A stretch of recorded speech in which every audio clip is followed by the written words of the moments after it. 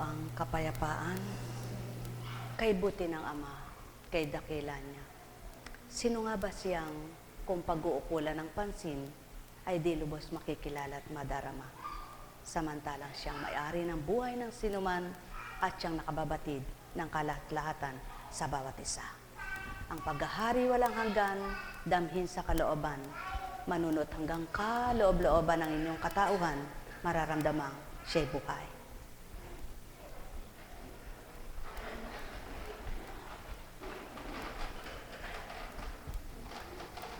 Sino nga bang tao ang gustong gutom? At bakit nga ba katatakutan ng magutom?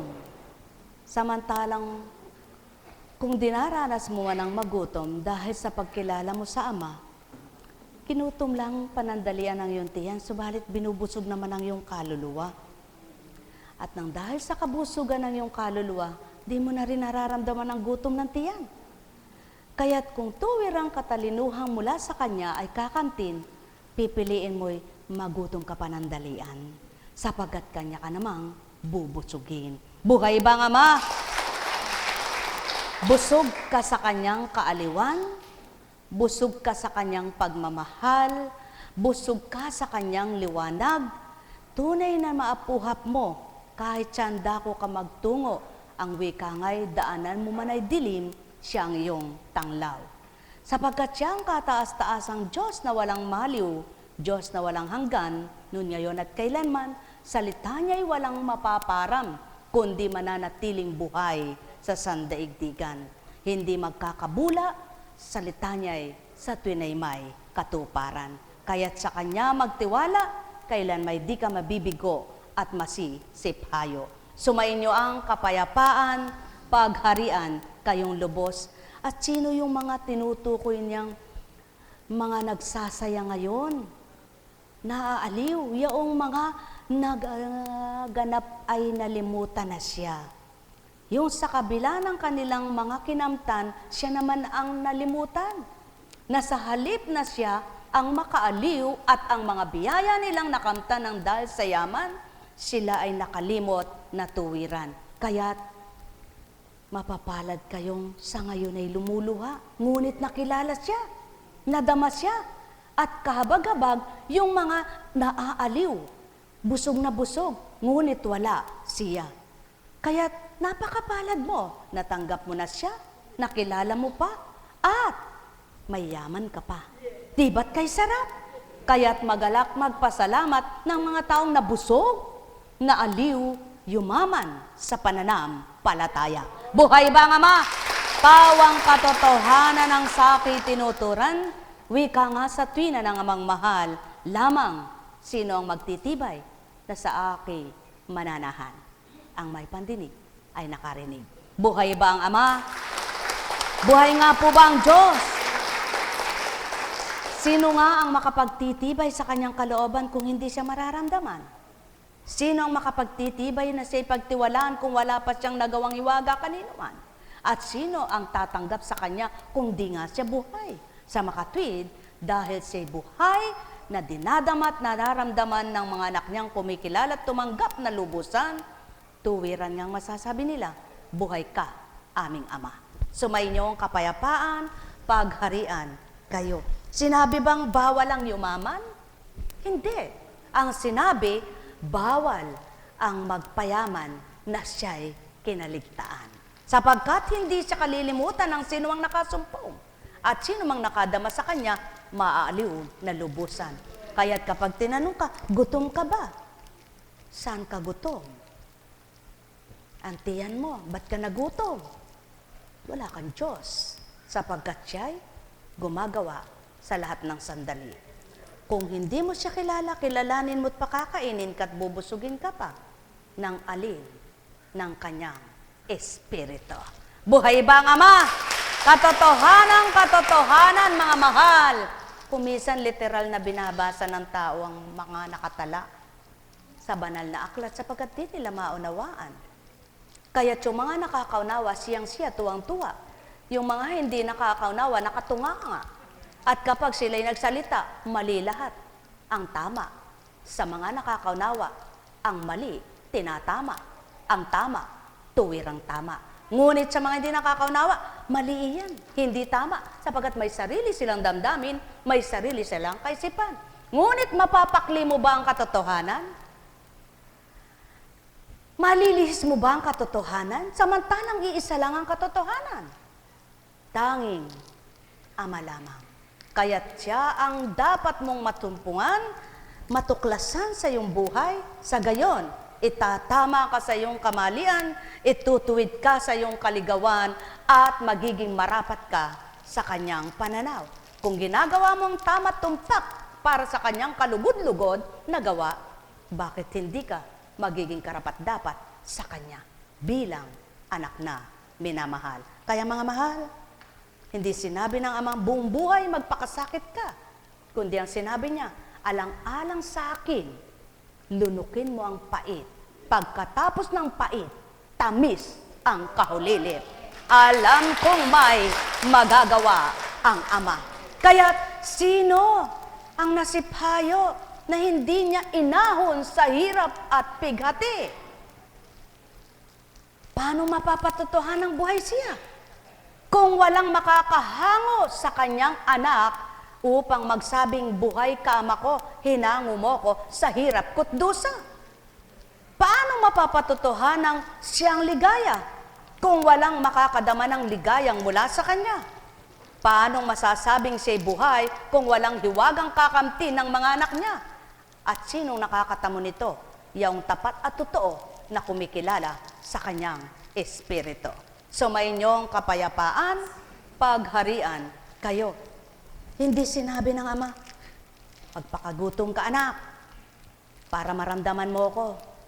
Ang sinabi niya, kailangan kang magutom para busugin kita. Sapagkat sa pagkabusog mo mula sa akin, ako'y makikilala. Bubusugin kita ng lahat kong kabusugang marapat mong kamtin. Yaw na yang aking kahiwaga at kadakilaan na magagawa ko dahil sa aking kapangyarihan. Mga minamahal, sumainyo ang kapayapaan. Buhay nga ba ang Ama? Buhay nga ba ang Ama? Kaya, tama't tumpak ang tinururan. Kaya nga maraming galit sa mga totoo. Yung mga nagpapakatotoo, tuwang-tuwa. Subalit yung mga hindi, galit na galit. Ganyan ang katotohanan ng panahon ng Kristo. Ang mga nakikipagtotoo, tuwang-tuwa. Siyang-siya sa pinakikinggan nila. Tanggap na tanggap. Yung mga hindi, at ang gusto'y puro parabola, pagpapaimbabaw ng gawa, pakitang tao baga. Nako, galit na galit. Doon naman, galit na galit ang Ama sa mga taong mapagpaimbabaw. Kaya tinura ng Kristo, mapagpaimbabaw kayo. Sinong pinatamaan mo? Wika ng mga nasaktan. Subalit ang mga natuwa, walang sinabi ni anuman. Sa mga inyong kadamdaming katulad ng mga ninuno, huwag gayon. Sa mga damdaming katulad ng mga naunang mabubuti at mababait, matuwa nga kayo. Buhay ba ang Ama? Buhay ba ang Ama? Sapagkat pawang katotohanan, bakit ka nga naman mga hapdi kung wala kang sugat? Bakit magnanaknak kung wala kang pagnanaknakan sugat? Sa makatwid, ang mga nagkakasugat ay totoo nang may sugat. Ang mga nagnanaknak ay nagnanaknak na nga, nasasaling lagi. Nasasaling lagi, kaya laging nagdurugo, laging nanghahapdi. Ngunit kung wala, kahit napaluig ka, may mga hapdi baga. Yan ang pawang katotohanan. Kaya't kung wala ka nilalaman ng masamang isip at laman ng damdamin, anong masamang tinuran sa mabuting gawa? Mga minamahal, tulad ng kende, pag ayaw mo, sasabihin mo, hindi masarap. Pag gusto mo, kahit mapait para sa panlasa ng iba, sa iyo masarap. Buhay ba ang Ama? Ganun lamang mga minamahal ko, iba't iba ang panlasa ng tao at pandama. Subalit mapalad ang nakadama sa Ama, nakakilala sa Kanya na wala ang panlasa niyang mapait, naging tamis ang panlasa niya. Sumainyo ang kapayapaan, pagharian kayo. Alam kong may magagawa ang Ama. Alam kong may magagawa ang Ama.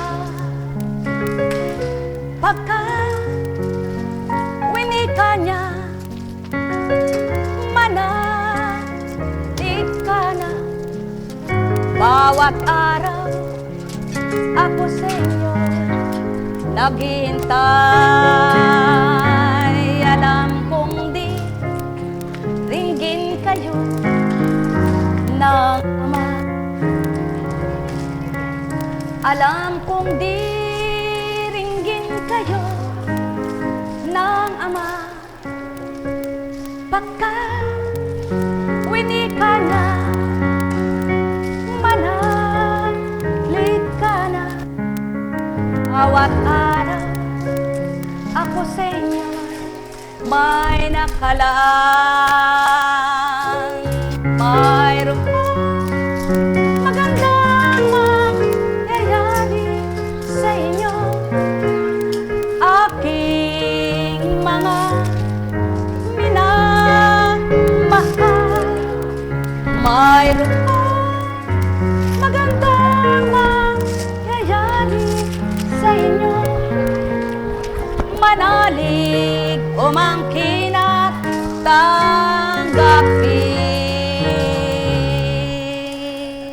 Buhay ba ang Ama? O sino ang gustong gutom?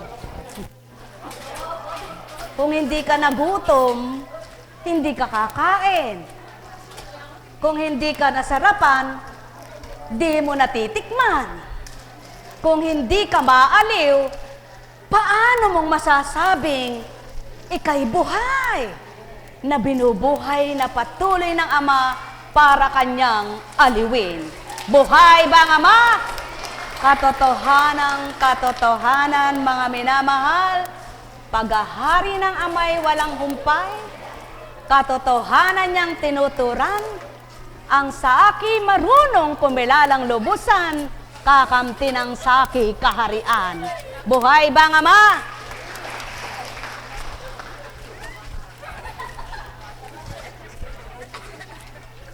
Kaya lagi niyang sinasabi, sino ang nagtanim na hindi nag-ani? Kaya magtanim ka ng magtanim ng marami kang anihin. Sino ang nagpagal na hindi nakinabang? Sino ang nagmahal na hindi mamahalin? Sino ang nagbata na hindi nagtagumpay? Kaya sa inyong lahat,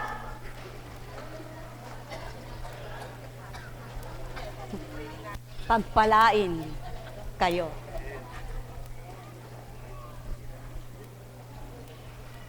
Pag-aralan po ninyo ang bulaklak ng sampagita at bulaklak ng ilang-ilang. Parehas silang mabango, subalit magkakaibang amoy nila, di ba? Ganun lamang ang buhay. Kanya-kanyang nakamtan, iba't iba ang pang-amoy at panlasa. Sapagkat sa buhay ng tao, pinakamahalaga, makilala ang katwiran ng Ama.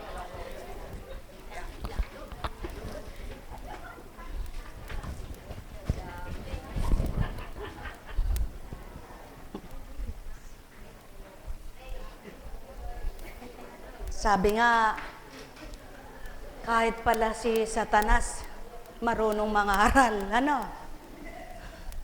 marunong ding makisama. Kaya lang iba yung pakikisama niya at pangangaral, Ano inaaral niya? Ang Ama, anong pinapangaral niya? Paano makisama si Satanas? Ang Ama, paano siyang makisama? Ang laking pagkakaiba. Kaya, tingnan nyo kung anong uri ang pakikitungo at kung paano ang pangangaral.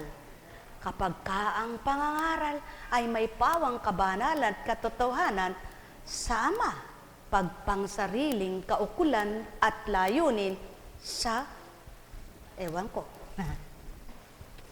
Kaganda po ng mensahe ni Among,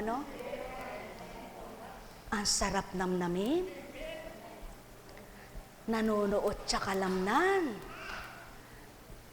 kung naunawaan, nakapagbibigay sigla ng katawan, nakapagpapalakas ng kalooban, nakapagpapatibay ng pag-asa, nakapagbubuhay ng pananampalataya.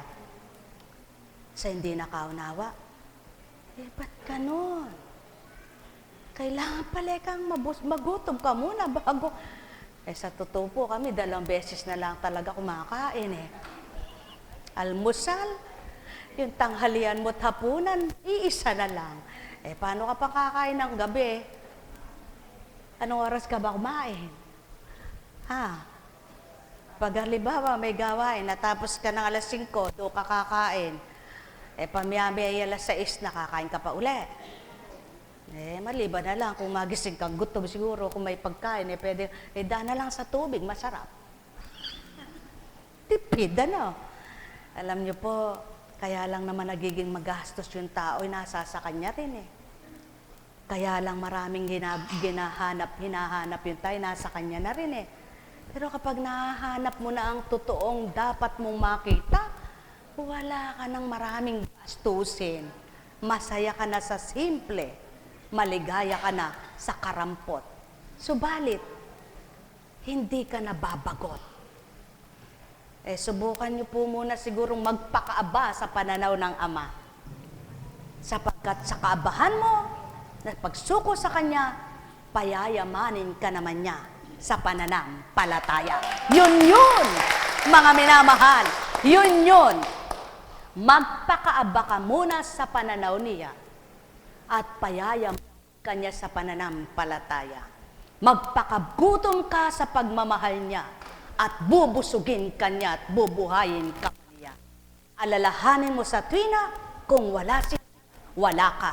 Sumayinyong kapayapaan, pagharian kayo. Kaya't kung di niya loloobin, wala kang magagawa tao. Kung di niya gugustuhin, wala kang kakamtan. Sa kanya lahat nakasalalay ang iyong buhay. Kaya lang may napapalungi, may napapahamak, hindi siya nakinig sa kanya. Ngunit lahat ng nakikinig sa kanya, walang kapahamakan. Hindi napapahamak. Laging diretso ang tuntunin at daan niya. Buhay ba ang Ama? Kaya sa inyong lahat, sinong napahamak na nasa gawang kabuti at gumagawa ng mabuti para sa kanya pagkatapos pinabayaan niyang nasipayo? Subalit tandaan ninyo, lahat ng nakikiisa sa kanya may pinagdaraanan, luha kung minsan para ampatin at matugot sa pagluha, sa dinanas mong pait upang kanyang patamisin, sa dinanas mong hirap upang kanyang pagaanin, sa dinanas mong lumbay upang kanyang pagalakin, sa dinanas mong dilim para kay liwanagan, at patotoo niyang siya'y buhay sa iyong piling. Sa pangalan ng Diyos Ama, Diyos Anak, Diyos Espiritu Santo, magsihayo kayong may galak sa puso nyo, matigib ng ligaya at pag-asa. Habang kayo'y nabubuhay, kayo'y walang dapat gawin, kundi Ama ay tanggapin, kilalanin yung tuwiran, sa gawa niya ay makinig at magsabuhay. Sa gayon, mapapatotohanan niyang siya'y sa inyo'y hindi lumilimot, hindi nakakalimot, hindi makakawaglit sa kanyang pananaw, sapagkat kayo'y mahal na mahal. Pagpalain kayo. Nekkaramanayahanang, nekkaramanayahanang. Sino ang magaling na tao? Wala. Lahat ay pinahiramang kagalingan nila. Magaling sa pangungusap, pananalita, magaling sa paggawa, sa pagtupad, magaling sa lahat. Lahat ay pahiram, maging ang buhay na taglay. Tanging Ama ang may sariling buhay na hindi mamamatay kailanman, ngunit ang tao'y pahiram ang buhay. Kaya't sa kanya'y lagak, sa kanya'y pagkatiwala, siyang tutupad at gaganap. Ikaw manay nasipayong kanyang anak. Muli po, pagpalain kayo. Tayo na sa Antipolo.